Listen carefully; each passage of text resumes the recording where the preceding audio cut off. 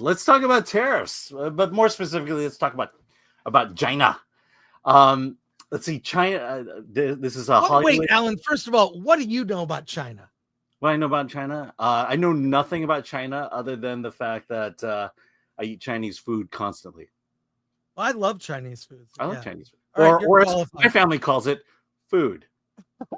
Yeah, exactly. All right. Look. There's a lot of new experts in this category of tariffs. How will this affect Hollywood? I'm curious what you're going to say. I'm dying to hear this. All right, so let me pull up the old article here. Okay. 69. Okay, so this is from yesterday. And quite frankly, with the new news, it still applies because China is still getting tariffed. But China mulling ban on Hollywood film release in response to Trump tariffs. The U.S. China trade tensions escalate, Hollywood may soon feel the heat. Through the U.S. film industry, though the U.S. film industry has so far avoided direct retaliation from China due to movies being classified as services rather than goods, that immunity may be fading. Influential Chinese figures recently hinted at potential countermeasures to President Trump's sweeping tariffs, including reducing or banning U.S. film imports.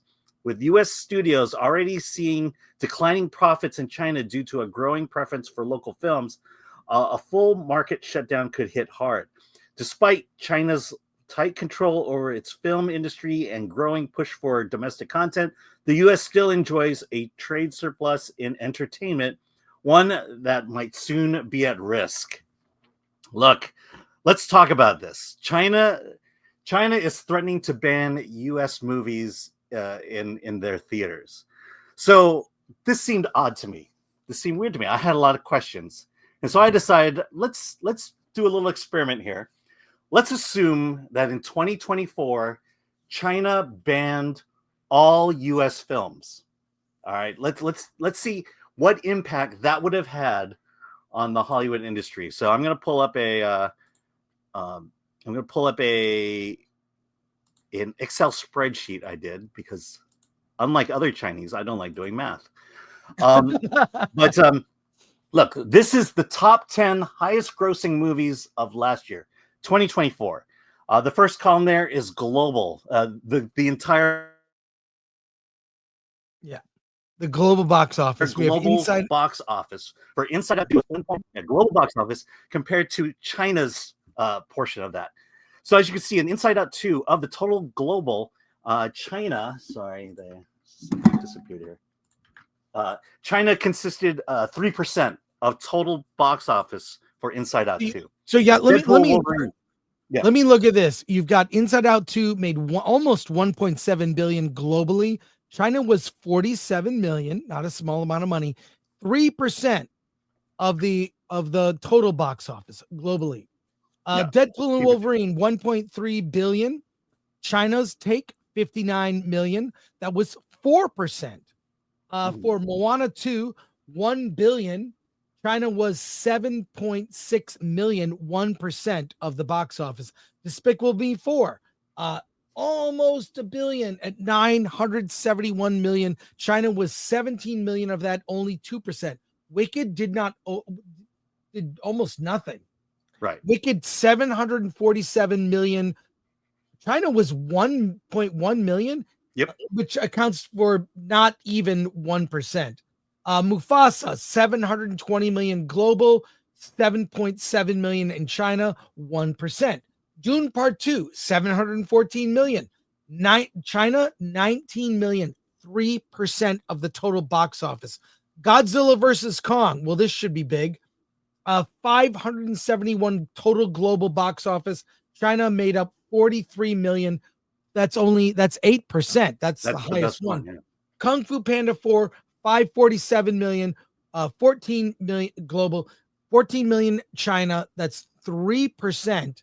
And then Sonic the Hedgehog 3, 491 million total global, 1.7 million China, not even 1%. China does not. Why are we bending over for China? Exactly. Hey, it gets even worse. So yeah, let's hear it. Total it all out. China, of the top grossing movies of 2024, China considered 2% of that market share. Not only that, when China takes 75% of the ticket, so the studio gets 25% of it. So if China had banned all U.S. films in 2024, Hollywood would have lost $55 million. Well, look, all I can say is this. Yeah. So you totaled all of the top 10 from last year, which accounted for 8.8 billion. And China was 220 million of that. That is 2% of the total box office. So here I say this. Who cares what China thinks? Yeah. There's such a small percentage. And by the way, Chinese films are in the US. Tit for tat here. Right. But I talked to someone at CinemaCon that was worried. A friend of both ours. I'll tell you later, Alan. Yeah. He may not want to, but he said he was worried about if Superman was too American and too patriotic. And to that I say, F you. I want it to be who cares? Go America. America's great. Superman is great. He's a hero that is globally recognized. And if China doesn't like it, who cares? Don't play the movie. Now, here's the thing. You gotta stop making movies. Now I'm good. Now I'm with you, Alan. Yeah. You're doing an Alan's corner. I'm getting angry here. Yeah. The story is a lot bigger than Tariffs. The first of all, Niza 2, highest grossing movie in Chinese history. I looked it up. 1% of the total box office came outside of China. Meaning China was 99% of that. China likes Chinese movies. It's very much a Chinese fable. Right. It's Chinese. The other thing is, okay, so the closest comparison of something successful outside of Avengers Infinity War, China really loved Doctor Strange. Came in at over, I believe it's $117 million. And I bring this up to say that most people don't know this, but China's economy is not doing well. China's kind of like America, where they built too many movie theaters, and because the economy is kind of crashing, where there's high unemployment, deflation, rampant deflation going on, people are not going to the movies.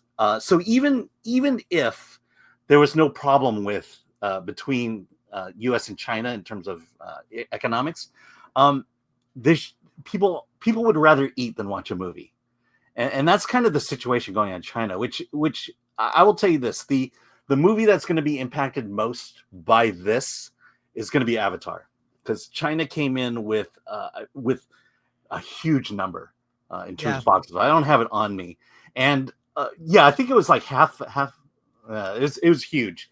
I think that if they're lucky, China will come in with 200 million for Avatar, if they're lucky, which is far cry from what Way of Water got.